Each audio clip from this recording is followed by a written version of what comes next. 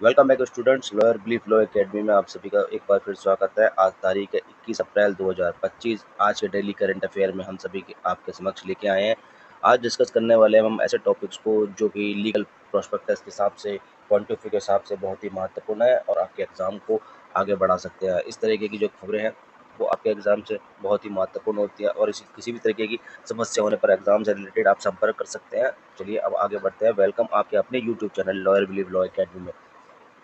आज के हम जिस टॉपिक का पहली न्यूज़ की ओर डिस्कस करते हैं, पहले जो टॉपिक है वो है supreme court uphold the hospital is vicarious liability for the negligence. इसके अंदर कुछ ना कुछ दिक्कत हो गई है जाके पीपीटी बनते समय, लेकिन चलिए कोई बात नहीं। लेकिन मैं आपको फिर भी बता देता हूँ। तो सुप्रीम कोर्ट ने यहाँ पर एक फैसला दिया है कि अगर हॉस्पिटल के अंदर किसी भी तरीके की दिक्कत होती है तो उनके स्टाफ के द्वारा तो हॉस्पिटल की विकेरियस लायबिलिटी बनती है। आज का आप सभी के लिए क्वेश्चन है कि आप बताएंगे कि आज विकेरियस लायबिलिटी क्या होती है और ये इसके क्या क्या एसेंशियल पॉइंट्स है जिनकी वजह से इसको विकेरियस लायबिलिटी के अंदर कंडक्ट किया जाता है। चलिए, अगर आप चैनल पे नए हैं तो चैनल को लाइक करेंगे, सब्सक्राइब करेंगे और अपने सभी दोस्तों तक शेयर करेंगे। अगर आप चौधरी चरण सिंह यूनिवर्सिटी के स्टूडेंट्स हैं और अपना मेरठ यूनिवर्सिटी से बीए एलएलबी कर रहे हैं तो प्रीवियस 10 ईयर्स के क्वेश्चन पेपर हमने अपलोड कर दिए हैं।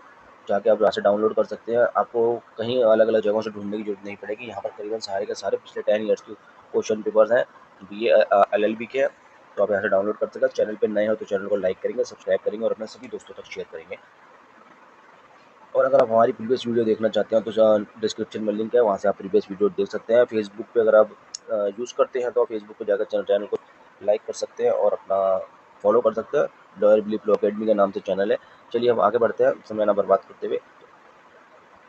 अरे यार, आज पीपीटी के अंदर ऐसा क्या क्या हो गया जिसके लिए सारे का सारा उल्टा पुल्टा हो गया। लेकिन चलिए कोई बात नहीं, फिर भी एक बार आज हम कोशिश करते हैं डिस्कस करने की।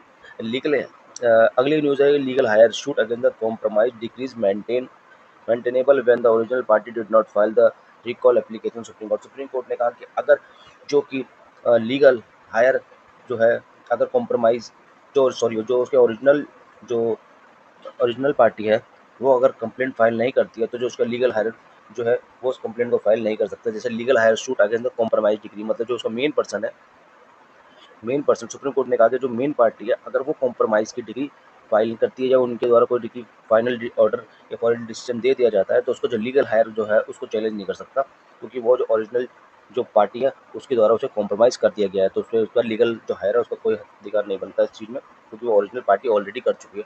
तो फिर भी एक बार इस न्यूज़ को आप चेक कर लेना, वैसे काफ़ी अच्छी न्यूज़ है। लेकिन हाँ, यहाँ पे मेन नज़र रखने वाली बात यहाँ पर ये आई है कि लीगल जो हायर है वो सूट अगेंस्ट कर सकता है कि नहीं कर सकता, क्योंकि कभी कभी ये देखा जाता है कि जो मेन पार्टी ओरिजिनल पार्टी होती है वो अपनी कॉम्प्रोमाइज़ कर ली जाती है, जबकि उसके जो लीगल हायर्स होते हैं वो उस चीज़ को दोबारा चैलेंज करते हैं। तो सुप्रीम कोर्ट ने यहाँ पर साफ कह दिया है कि अगर ओरिजिनल पार्टी के द्वारा कॉम्प्रोमाइज़ हो गया है तो उसकी जो लीगल हायर है उसको दोबारा चैलेंज नहीं कर सकते हैं। तो चलिए, आपको इस न्यूज़ पर ज़्यादा फोकस करना है। चलिए अब अगली न्यूज़ की ओर आगे बढ़ते हैं।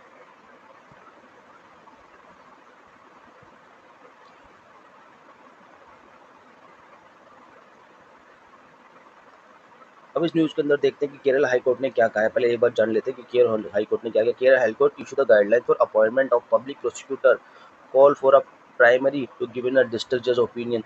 केरला हाई कोर्ट ने पब्लिक प्रोसिक्यूटर की नियुक्ति के लिए जो कुछ अपॉइंटमेंट है, कुछ गाइडलाइंस है वो पेश किए हैं। एक बार आप सारे के सारे जब बाद में यहाँ से आप अपनी डेली लीगल करंट अफेयर को अपडेट कर रहे हैं वहाँ भी एक बार चेक कर लेना। और जनरल नॉलेज का क्वेश्चन है ये कि क्या क्या जो केरला हाई कोर्ट ने पब्लिक प्रोसिक्यूटर के लिए क्या क्या गाइडलाइंस बनाई है, तो उस पर एक बार आप नज़र मार सकते हैं और नोट कर सकते हैं, ताकि एग्जाम में अगर इन केस कभी कभी जनरल नॉलेज या सामाजिक में अगर आप जाते हैं और कोई पूछता है तो आपके पास इसका जवाब हो। तो चलिए फिर आगे बढ़ते हैं।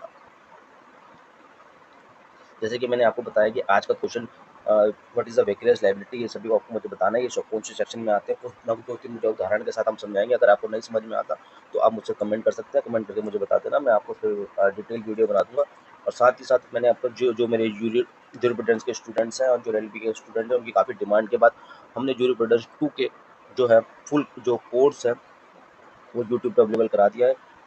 मेरे ख्याल से तकरीबन 45 से 40 मिनट की वीडियो है जिसके अंदर आपको तकरीबन पूरा सिलेबस है, जो आप एक बार जाके देख सकते हैं। बहुत ही महत्वपूर्ण है आप सभी के लिए, आपको इस पेपर जरूर देख लेना चाहिए। अगर कुछ भी तरीके की समस्या होती है तो आप नीचे दिए गए नंबर पर संपर्क कर सकते हैं। नोट्स, पीडीएफ और इन सभी चीज़ों के लिए आप संपर्क कर सकते हैं। चलिए, धन्यवाद, जय श्री राम।